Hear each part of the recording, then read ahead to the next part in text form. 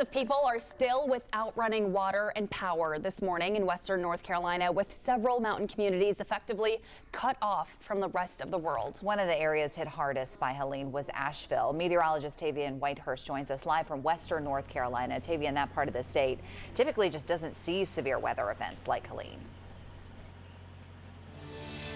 Yeah, exactly. It's a reason that a lot of people move up here into the mountains because, severe weather hits everybody in the country, but this is somewhere that's considered relatively safe. Things like this don't happen, or at least they don't happen very often, maybe once a generation, and people tend to forget about them. But it has happened before, and some of those times are quite similar. I've got a couple of graphs for you. Just stick with me. The most notable out of all of these events is the Great Flood of 1916. In July of that summer, two formerly major hurricanes slammed North Carolina back to back from opposite sides within a week of each other. The first one saturated the ground, and the second one is what was able to usher that extreme flooding.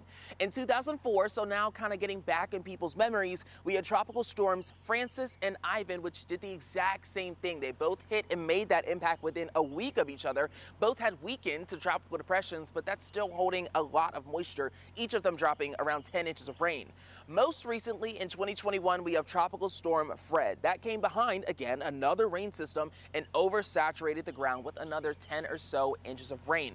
Now, of course, again, very similar setup with this one. If you're noticing the pattern, we had that frontal boundary roll through first, and then we had Helene make its impact, oversaturating the ground and causing a lot of that flooding. So it's one of those things that hopefully, as we look towards the future when it comes to city planning, action plans, and even building codes, it may be something to think about, because these events that happen maybe once a generation are starting to happen maybe as soon as once a decade. So definitely something to keep in mind as that rebuilding ensues.